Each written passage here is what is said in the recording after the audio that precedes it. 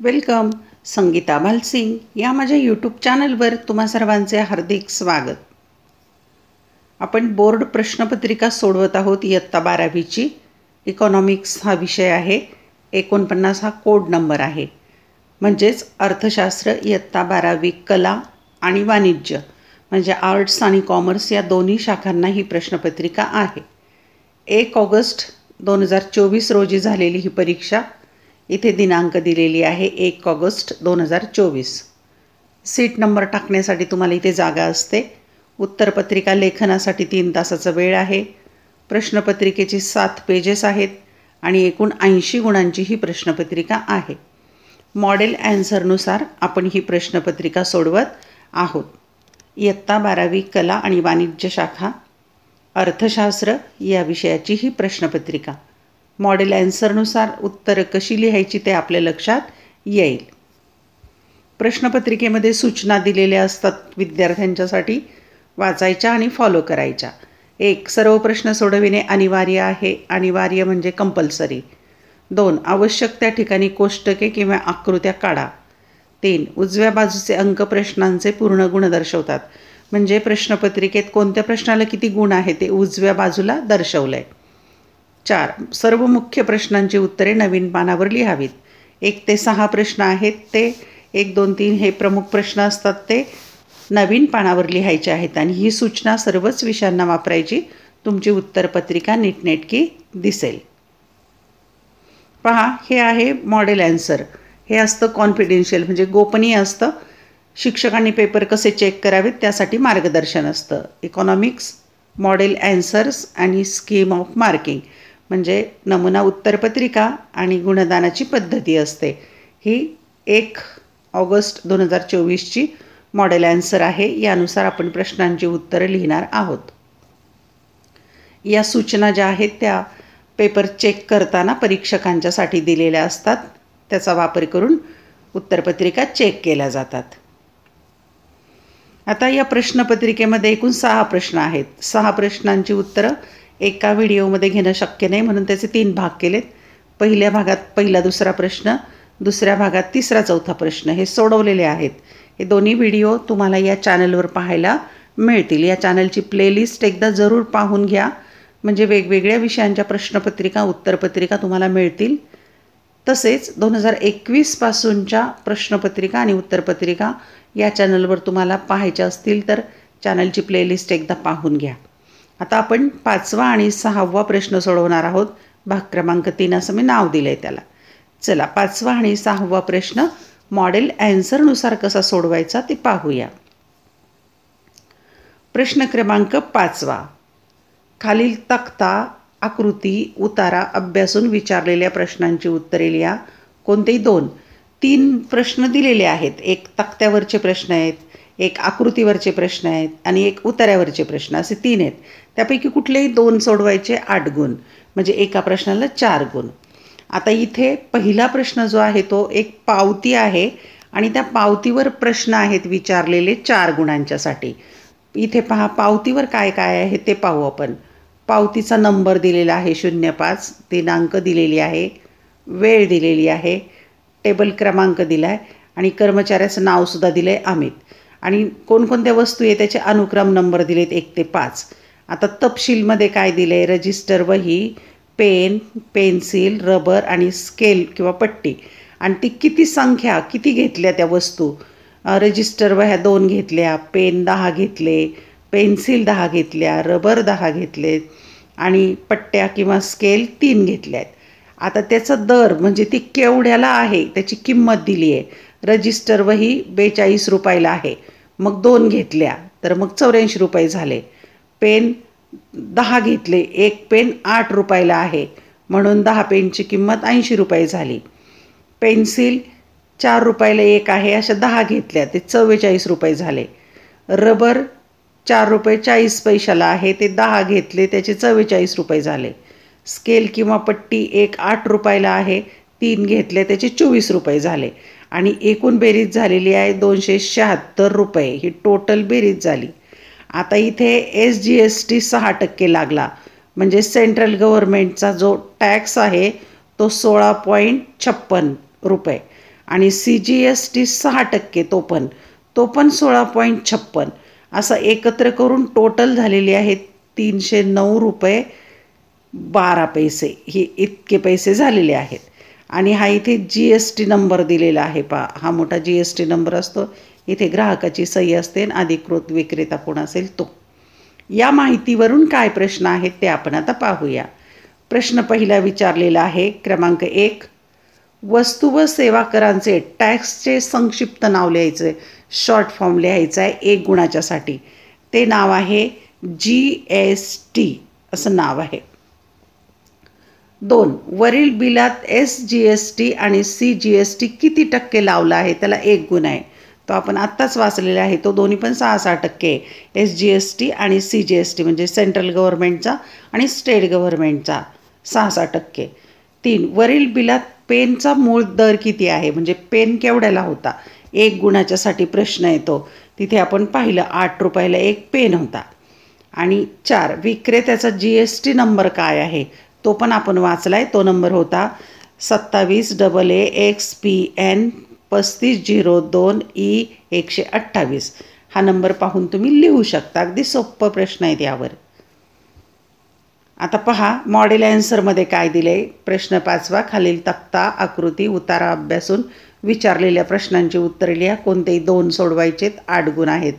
आता उत्तरे पाहू आपण. पहिल्याचं उत्तर होतं GST, आपण बरोबर लिहिले 1 गुण. नंतर दुसऱ्याचं CGST आणि SGST होतं 6%, ते बरोबर लिहिलं आहे. पेनची किंमत होती 8 रुपये आणि पॅन क्रमांक लिहिलेला आहे आपण. इथे सूचना दिली, प्रत्येक अचूक उत्तरास 1 गुण. अशा प्रकारे आपण 4 पैकी 4 सोडवलेले आहेत. यानंतर दुसरा प्रश्न आहे. खालील आकृती अभ्यासून आकृतीच्या आधारे खालील प्रश्नांची उत्तरे लिहा, 4 गुण. आता ही आकृती जी आहे, क्ष अक्षावर मागणी पुरवठा किलोग्रॅममध्ये, य अक्षावर किंमत घेतलेली आहे रुपयामध्ये, आणि हा मागणी आणि पुरवठ्याचा समतोल जिथे होतो, ही समतोल किंमत कशी ठरते ती आकृती आहे. किंमत 100, 200, 300, 400, 500 आणि त्यानुसार मागणी पुरवठा 1000, 2000, 3000, 4000 आणि 5000. आणि इथे 300 रुपये किंमत, तर 300 रुपयाला मागणी आणि 3000 किलोची मागणी आणि 3000 किलोचा पुरवठा झालेला आहे. इथे पहा, हा समतोल बिंदू आहे. हा काय दर्शवतो, तर 300 रुपये किंमत असताना 3000 किलोची मागणी आणि पुरवठा झाला, ही समतोल किंमत आहे, हे लक्षात घ्या. आणि या आकृतीवर काय प्रश्न विचारलेले आहेत ते आपण आता पाहूया. 1. वरील आकृतीत क्ष अक्षावर काय दर्शवले आहे, 1 गुणाच्यासाठी. आत्ताच आपण पाहिलं, क्ष अक्षावर मागणी आणि पुरवठा दर्शवलेला आहे. 2. कोणत्या किमतीला मागणी व पुरवठ्याचा समतोल साधला आहे, 1 गुण आहे त्याला. आपण आत्ताच पाहिलं, 300 रुपये किंमत असताना 3000चा मागणी आणि पुरवठा आहे. 3. वरील आकृतीत य अक्षावर काय दर्शवले आहे, 1 गुण. वरील आकृतीमध्ये य अक्षावर किंमत दर्शवलेली आहे. आणि 4. वरील आकृतीत मागणी व पुरवठ्याचा समतोल कोणत्या बिंदूने दर्शवला आहे. आत्ताच पाहिलं आपण, स बिंदूने दर्शवलेला आहे. आता मॉडेल ॲन्सरमध्ये काय उत्तर दिलेत पाहूया. पहिल्याचं उत्तर होतं मागणी पुरवठा, दुसऱ्याचं 300 रुपये, तिसऱ्याचं किंमत आणि चौथ्याचं स बिंदू. अशा प्रकारे हे 4 गुण याला निर्धारित केलेले आहेत. प्रश्न क्रमांक 3. मागणीनुसार अर्थव्यवस्था, ऑन डिमांड इकॉनॉमी, यावर प्रश्न आहेत. परिच्छेद आहे, 4 गुणांचे प्रश्न आहेत. परिच्छेद काळजीपूर्वक 1-2दा वाचायचा आणि प्रश्न वाचायचे, उत्तरं यातच असतात. मागणीनुसार अर्थव्यवस्था म्हणजे डिजिटल मार्केट आणि तंत्रज्ञान कंपन्यांनी वस्तू आणि सेवांचे तात्काळ वितरण करून ग्राहकांची मागणी त्यांच्या इच्छेनुसार पूर्ण करण्यासाठी तयार केलेली आर्थिक क्रिया होय.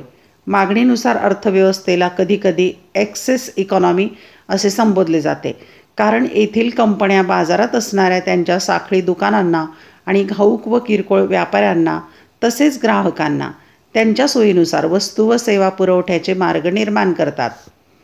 ग्राहकांच्या सुविधेनुसार आणि या वस्तू व सेवांचा उत्तम प्रकारे सहज अनुभव मिळावा यासाठी सोयी, वेग आणि साधेपणा यासारख्या वैशिष्ट्यांना या कंपन्या प्राधान्यक्रम देतात. तसेच ग्राहकांच्या मागणीनुसार व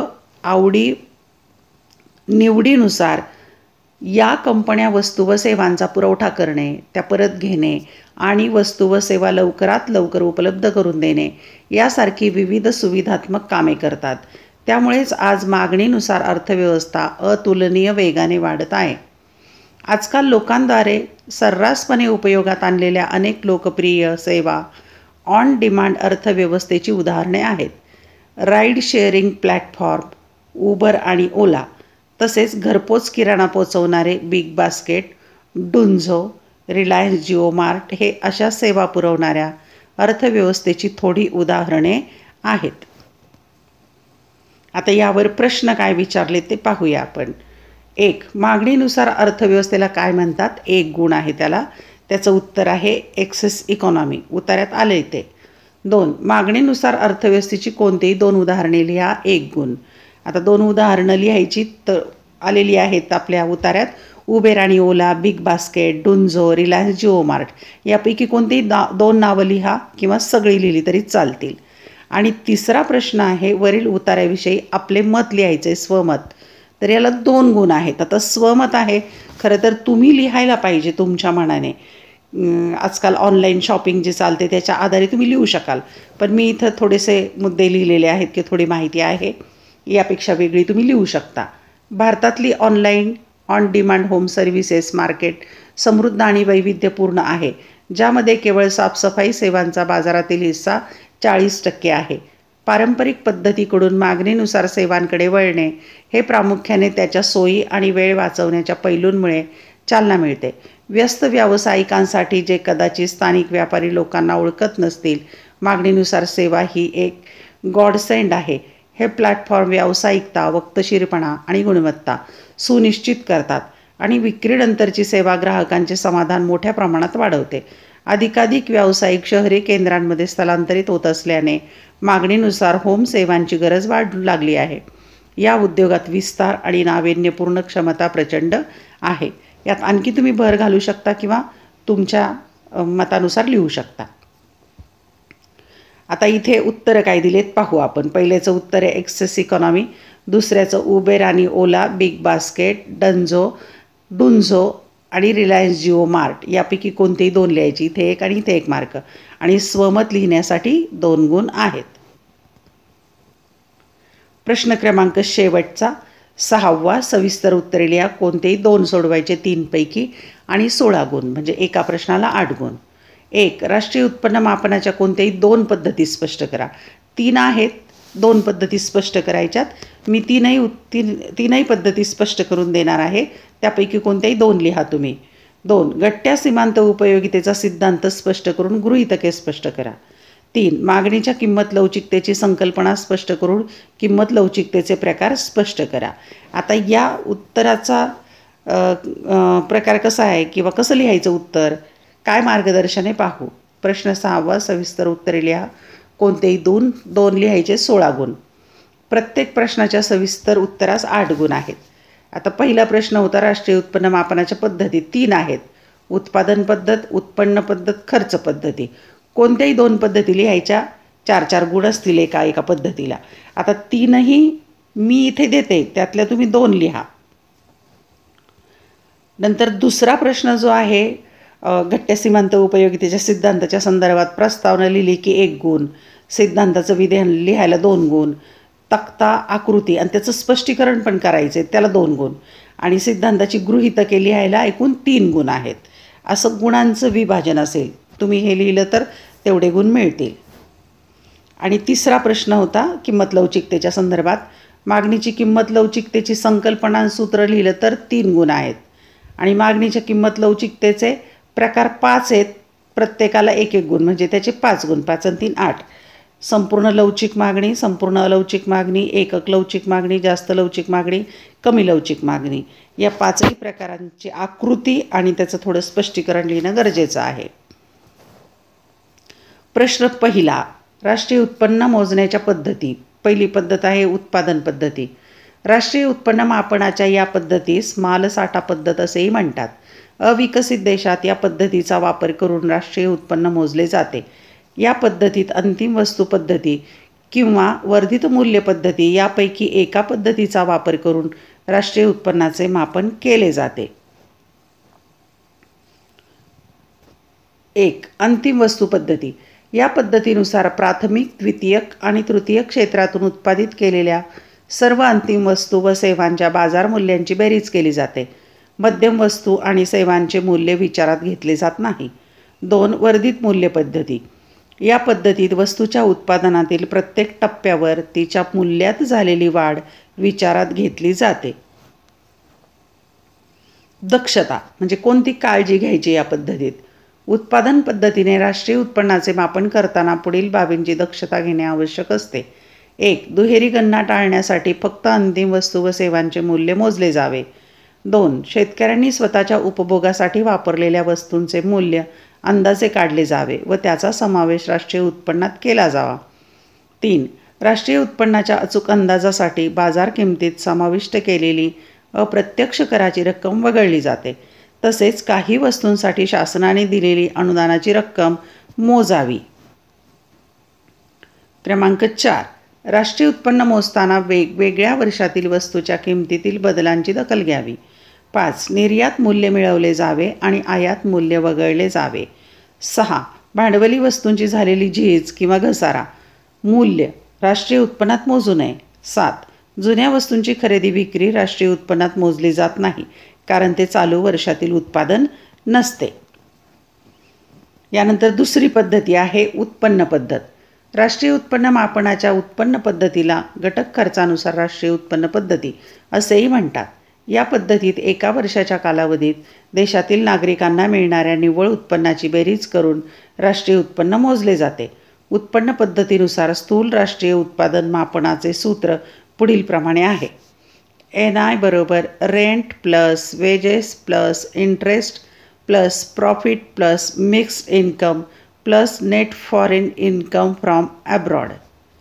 सूत्र लिहायचं असतं, महत्त्वाचं आहे. आता दक्षता कोणती घ्यायची ही पद्धत वापरताना. उत्पन्न पद्धतीने राष्ट्रीय उत्पन्नाचे मापन करताना घ्यावयाची दक्षता. 1. हस्तांतरित उत्पन्न किंवा हस्तांतरित देणी यांची रक्कम एकूण उत्पन्नातून वगळावी. 2. विनामूल्य सेवा राष्ट्रीय उत्पादनात मोजू नये. 3. जुने घर किंवा गाडी यासारख्या वस्तूंची विक्री करून जे उत्पन्न मिळते त्याचा राष्ट्रीय उत्पन्नात समावेश करू नये. 4. भाग आणि रोख्यांच्या विक्रीपासून मिळणाऱ्या उत्पन्नाचा समावेश राष्ट्रीय उत्पन्नात करू नये. 5. प्रत्यक्ष करापासून शासनाला मिळणारा महसूल राष्ट्रीय उत्पन्नात धरू नये.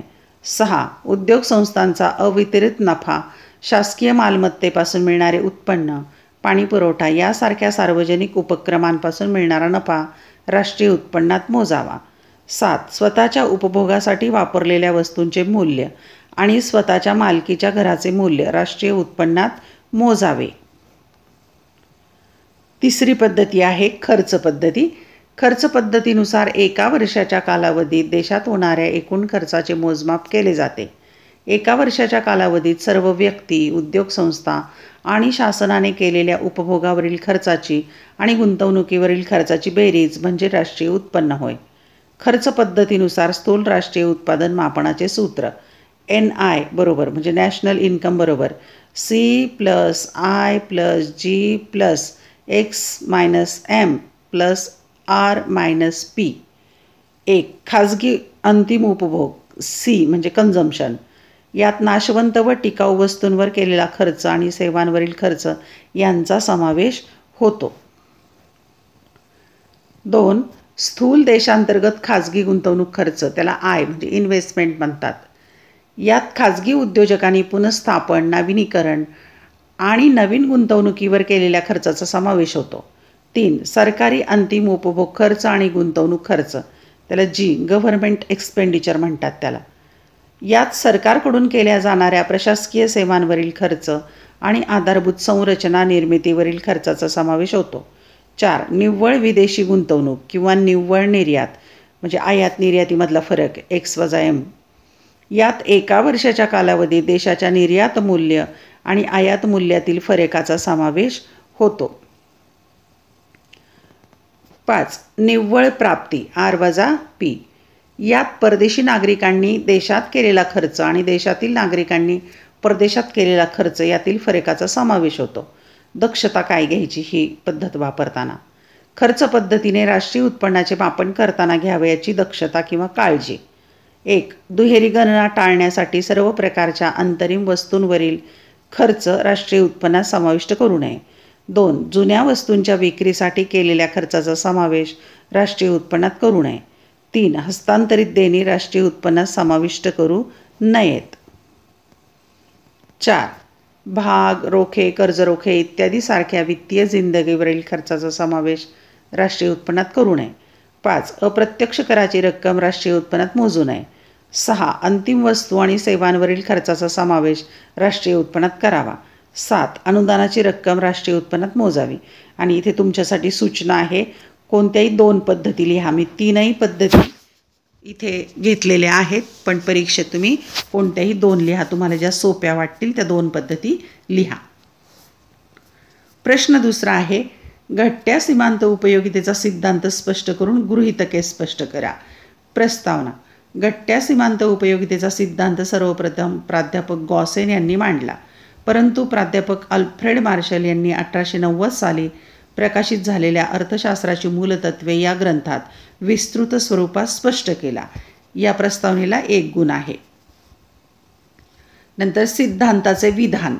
प्राध्यापक अल्फ्रेड मार्शल यांच्या मते इतर परिस्थिती स्थिर असताना व्यक्तीजवळ आधीपासून असलेल्या एखाद्या वस्तूच्या साठ्यात वाढ होत गेल्यास त्यापासून मिळणारे अतिरिक्त समाधान कमी होत जाते. दुसऱ्या शब्दात, इतर परिस्थिती कायम असताना एखाद्या वस्तूच्या साठ्यात वाढ होत गेल्यास वस्तूच्या साठ्यात होणाऱ्या वाढीबरोबर प्रत्येक वाढीव नगापासून मिळणारी जादाची उपयोगिता क्रमशः घटत जाते. यानंतर आपल्याला तक्ता घ्यायचा आहे. तक्त्यामध्ये एक्सची नगसंख्या आणि सीमांत उपयोगिता. नगसंख्या 1, 2, 3, 4, 5, 6, 4, 5, 6, 7 आणि उपयोगिता 10, 8, 6, 4, 2 अशी घटते. नंतर 0 होते, मायनस होते. हा तक्ता घ्यायचा. तक्त्याचं विश्लेषण करायचं. वरील तक्त्यावरून असे स्पष्ट होते की एखाद्या वस्तूच्या नगांचा उपभोग जसजसा वाढत जातो तसतशी त्यापासून मिळणारी सीमांत उपयोगिता क्रमशः घटत जाते, 0 व ऋण होत जाते. या तक्त्याचं आपण विश्लेषण लिहिलं. आता आकृती काढायची आहे तक्त्यावरून. वस्तूचे नग घ्यायचे, सीमांत हे क्ष अक्षावर घ्यायचे आणि या अक्षावर सीमांत उपयोगिता घ्यायची आहे. नग 1, 2, 3, 4, 5, 6, 7 घेतलेत आणि सीमांत उपयोगिता 2, 4, 6, 8, 10 घेतली आणि बिंदू जोडलेले आहेत. हे बिंदू तक्त्यामध्ये जे आहेत दिलेल्या संख्या, त्या बिंदू जोडल्यानंतर आपल्याला डावीकडून उजवीकडे असा खाली घसरत जाणारा सीमांत उपयोगितेचा वक्र मिळतो. ही आकृती व्यवस्थित काढा. आकृतीचं स्पष्टीकरण पण करायचं आहे. वरील आकृतीत च अक्षावर वस्तूचे नग दर्शवले आहेत. य अक्षावर सीमांत उपयोगिता दर्शवली आहे. तक्त्यानुसार सीमांत उपयोगितेचे विविध बिंदू आलेखावर रेखावटून जोडले असता हा वक्र डावीकडून उजवीकडे खाली येतो व असे दर्शवतो की वस्तूच्या उपभोगात सातत्याने वाढ झाल्यास सीमांत उपयोगिता घटत जाते. जेव्हा सीमांत उपयोगिता वक्र क्ष अक्षाला स्पर्श करतो तेव्हा सीमांत उपयोगिता 0 होते. हा बिंदू कमाल समाधानाची पातळी दर्शवतो. याला सर्वाधिक समाधानाचा सर्वोत्तम बिंदू किंवा तृप्तीचा बिंदू असे म्हणतात. या बिंदूनंतर वस्तूचा उपभोग घेतल्यास असमाधान म्हणजे नकारात्मकता मिळते आणि सीमांत उपयोगिता ऋण दर्शवली जाते, जी आकृतीत छायांकित करून दर्शवली आहे. यानंतर पाहूया गृहीतके. घटत्या सीमांत उपयोगिता सिद्धांताची गृहीतके खालीलप्रमाणे आहेत. 1. विवेकशीलता. उपभोक्ता विवेकशील आहे आणि त्याची वर्तणूक सर्वसामान्य आहे असे मानले जाते, त्यामुळे तो महत्तम समाधान मिळविण्याचा प्रयत्न करतो. 2. संख्यात्मक मापन. सिद्धांतात उपयोगितेचे संख्यात्मक मापन करता येते असे गृहीत धरले जाते, त्यामुळे गणिती प्रक्रिया सहज शक्य होतात. यामुळे वस्तूच्या प्रत्येक नगापासून मिळणारी उपयोगिता जाणून घेता येते व त्यांची तुलना करता येते. 3. एकजिन्सीपणा. उपभोगातील सर्व वस्तूंचे सर्व नग, आकार, स्वरूप, चव, रंग इत्यादी बाबतीत समान आहेत. 4. उपभोग सातत्य. एखाद्या वस्तूच्या सर्व नगांचा उपभोग कोणताही खंड न पडता सलगपणे एकापाठोपाठ एक घेतला जातो. 5. योग्य आकारमान. उपभोग्य वस्तूंच्या सर्व नगांचे आकारमान योग्य किंवा साधारण असावे. ते अत्यंत मोठे किंवा लहान नसावे. क्रमांक 6. स्थिरता. उपभोगाच्या प्रक्रियेत उपभोक्त्याचे उत्पन्न, चव, पसंती, सवयी, आवडीनिवडी यासारखे घटक स्थिर असावेत. पैशाची सीमांत उपयोगितासुद्धा स्थिर असल्याचे गृहीत धरले जाते. 7. विभाज्यता. सिद्धांत असे गृहीत धरतो की उपभोगात आणलेली वस्तू विभाज्य असावी, त्यामुळे वस्तूचे लहान भागात विभाजन करता येईल. 8. एकच गरज. एकच गरज पूर्णपणे भागविण्यासाठी वस्तूचा वापर होतो असे सिद्धांत गृहीत धरतो. यानंतर तिसरा शेवटचा प्रश्न, मागणीच्या किंमत लवचिकतेची संकल्पना स्पष्ट करून किंमत लवचिकतेचे प्रकार स्पष्ट करा. उत्तर, किंमत लवचिकता. प्राध्यापक अल्फ्रेड मार्शल यांच्या मते किंमतीतील प्रमाणित बदलांमुळे मागणीत जो प्रमाणित बदल होतो त्याला मागणीची किंमत लवचिकता असे म्हणतात. हे खालीलप्रमाणे स्पष्ट करता येईल. मागणीची किंमत लवचिकता बरोबर मागणीतील शेकडा बदल छेद किंमतीतील शेकडा बदल. आता हेच आपण सूत्ररूपाने दर्शवूया. सूत्ररूपाने मागणीची किंमत लवचिकता बरोबर पर्सेंटेज डेल्टा म छेद पर्सेंटेज डेल्टा क. मागणीची किंमत लवचिकता बरोबर हेच सूत्र आहे. मागणीची किंमत लवचिकता बरोबर डेल्टा म छेद म भागिले डेल्टा क छेद क. येथे म म्हणजे मूळ मागणी आहे. डेल्टा म छेद म गुणिले क छेद डेल्टा क भागिले उलट गुणिलेचा नियम वापरला इथे. डेल्टा म म्हणजे नवीन मागणी व जुनी मागणी यातील फरक. क म्हणजे मूळ किंमत. डेल्टा क म्हणजे नवीन किंमत आणि जुनी किंमत यातील फरक. सूत्र पण लिहायचं आहे. यानंतर आपण प्रकार पाहू. मागणीच्या किंमत लवचिकतेचे प्रकार. 1. अनंत किंवा संपूर्ण लवचिक मागणी. इलॅस्टिसिटी ऑफ डिमांड हे सिग्माचं चिन्ह आहे. किंमतीत अल्प किंवा मुळीच बदल न होता मागणीत अनंत बदल होतो तेव्हा त्याला अनंत किंवा संपूर्ण लवचिक मागणी म्हणतात. उदाहरणार्थ, सोन्याच्या किंमतीत बदल न होता मागणी सतत वाढते. मागणीची किंमत लवचिकता बरोबर मागणीतील शेकडा बदल छेद किंमतीतील शेकडा बदल बरोबर अनंत लवचिक मागणी. मागणीची किंमत लवचिकता आहे अनंत. आता आपण आकृती काढूया. क्ष अक्षावर मागणी, य अक्षावर किंमत घेतली. अ क ही किंमत आहे आणि म हा मागणी वक्र आहे. तो क्ष अक्षाला समांतर राहतो. हा अनंत लवचिकता दर्शवतो. संपूर्ण लवचिक मागणी वक्र त्याला म्हणतात. आकृतीत दर्शवल्याप्रमाणे क या किंमतीला मागणी अनंत लवचिक आहे, जी म या मागणी वक्राने दर्शवली आहे. मागणी जेव्हा अनंत लवचिक असते तेव्हा मागणी वक्र क्ष अक्षाला समांतर असतो. क्ष अक्षाला समांतर वक्र काढायचा. दुसरा प्रकार आहे संपूर्ण अलवचिक मागणी. Elasticity of demand 0. किंमतीमध्ये कितीही शेकडा बदल झाला तरी मागणीत कोणताच बदल होत नाही तेव्हा त्याला संपूर्ण अलवचिक मागणी किंवा ताठर मागणी म्हणतात. उदाहरणार्थ, किंमतीत 20% घट झाली तरी मागणीत कोणताही बदल होत नाही. सूत्र, मागणीची किंमत लवचिकता बरोबर मागणीतील शेकडा बदल छेद किंमतीतील शेकडा बदल. तेच सूत्र आपण मांडूया. मागणीची किंमत लवचिकता बरोबर डेल्टा पर्सेंटेज डेल्टा म छेद पर्सेंटेज डेल्टा क. मग किंमती टाकू आपण उदाहरणातल्या. मागणीची किंमत लवचिकता बरोबर 0/20. आता याचा गुणाकार किंवा उत्तर येईल 0. मागणीची किंमत लवचिकता इथे आलेली आहे 0. व्यवहारात ही परिस्थिती कमी प्रसंगी आढळते. उदाहरणार्थ, मिठाला दुधाला असलेली मागणी अलवचिक मागणी असते. आकृती काढूया आपण. क्ष अक्षावर मागणी, य अक्षावर किंमत घ्यायची. मूळ किंमत क होती, त्यावेळेला ब इतकी मागणी आहे. किंमत क 1 पर्यंत कमी झाली तरीही मागणी तेवढीच आहे.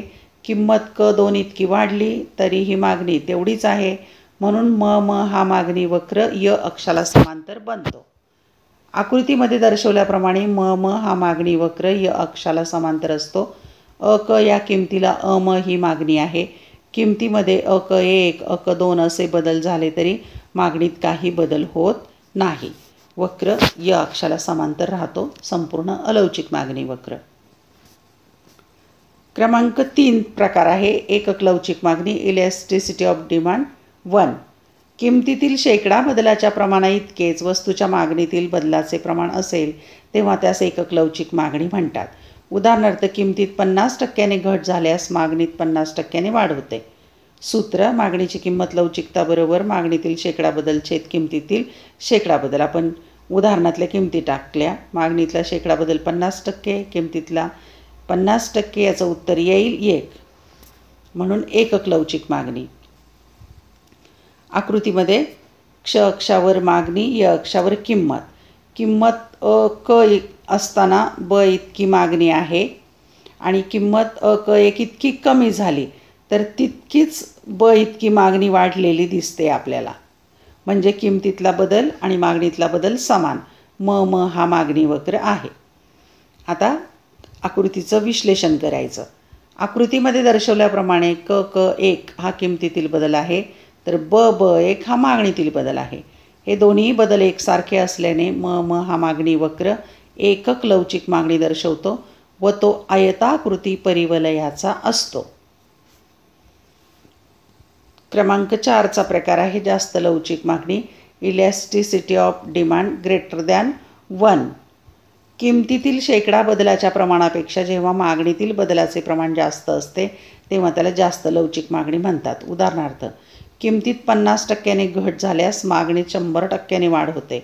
मागणीची किंमत लवचिकता बरोबर मागणीतील शेकडा बदल छेद किमतीतला शेकडा बदल. आपण उदाहरणातल्या किमती टाकल्या. मागणीतला शेकडा बदल 100% आणि किमतीतला शेकडा बदल 50%. याचं उत्तर येईल 2. म्हणजे एकापेक्षा जास्त. आकृती काढूया आपण.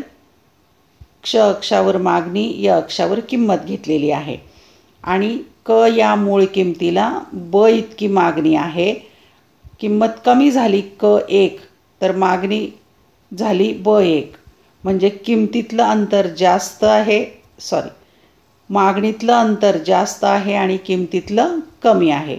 म हा मागणी वक्र तयार होतो. आता आकृतीचं विश्लेषण करायचं आहे. आकृतीमध्ये दर्शवल्याप्रमाणे ब1 हा मागणीतील बदल क1 किमतीतील बदलाच्या प्रमाणापेक्षा जास्त आहे. म्हणजेच हा बदल जास्त आहे ब1 आणि क1 कमी आहे. त्यामुळे म मागणी वक्र लवचिक मागणी दर्शवतो. या प्रकारात मागणी वक्र पसरट असतो, असा पसरट वक्र बनतो. आणि शेवटचा 5वा प्रकार आहे कमी लवचिक मागणी. Elasticity of demand less than 1. जेव्हा किमतीतील शेकडा बदलाच्या प्रमाणापेक्षा मागणीतील शेकडा बदलाचे प्रमाण कमी असते तेव्हा त्याला कमी लवचिक मागणी म्हणतात. उदाहरणार्थ, किमतीत 50%ने घट झाल्यास मागणीत 25%ने वाढ होते. सूत्र: मागणीची किंमत लवचिकता बरोबर मागणीतील शेकडा बदल छेद किमतीतला शेकडा बदल. आपण उदाहरणातल्या किमती टाकूया. मागणीतला बदल आहे 25%, किमतीतला बदल आहे 50% आणि याचं उत्तर येईल 0.5. म्हणजे एकापेक्षा कमी लवचिक मागणी. आकृती काढायची आहे. क्ष अक्षावर मागणी, य अक्षावर किंमत. आता क ही किंमत असताना मागणी आहे ब इतकी. किंमत क1 कमी झाली त्यावेळेला मागणी ब1 इतकी झाली. आता पहा, हे अंतर जास्त आहे आणि हे कमी आहे म्हणून म हा मागणी वक्र सरळ तयार होतो असा. आकृतीमध्ये दर्शवल्याप्रमाणे ब1 हा मागणीतील बदल क1 या किमतीतील बदलापेक्षा कमी आहे. आता ब1 हा मागणीतील बदल कमी आहे आणि क1 किमतीतील बदल जास्त आहे म्हणून म हा मागणी वक्र कमी लवचिक मागणी दर्शवतो. हा मागणी वक्र तीव्र उताराचा असतो. पहा, खूप तीव्र उताराचा वक्र तयार झालेला आहे. धन्यवाद. अशा प्रकारे आपण इयत्ता 12वी कला आणि वाणिज्य शाखेची अर्थशास्त्र या विषयाची 1 ऑगस्ट 2024 रोजी झालेली जी परीक्षा प्रश्नपत्रिका आपण सोडवलेली आहे मॉडेल ॲन्सरनुसार. या प्रश्नपत्रिकेचा नक्कीच उपयोग होईल. 2021, 22, 23, 24 या 4 वर्षातल्या सर्व प्रश्नपत्रिका उत्तरासह तुम्हाला या चॅनलवर पाहायला मिळतील. पाहायच्या असतील तर या चॅनलची प्लेलिस्ट नक्की पहा. आवडलेले व्हिडिओ लाईक, कमेंट, शेअर जरूर करा. अभ्यासासाठी तुम्हाला खूप खूप शुभेच्छा.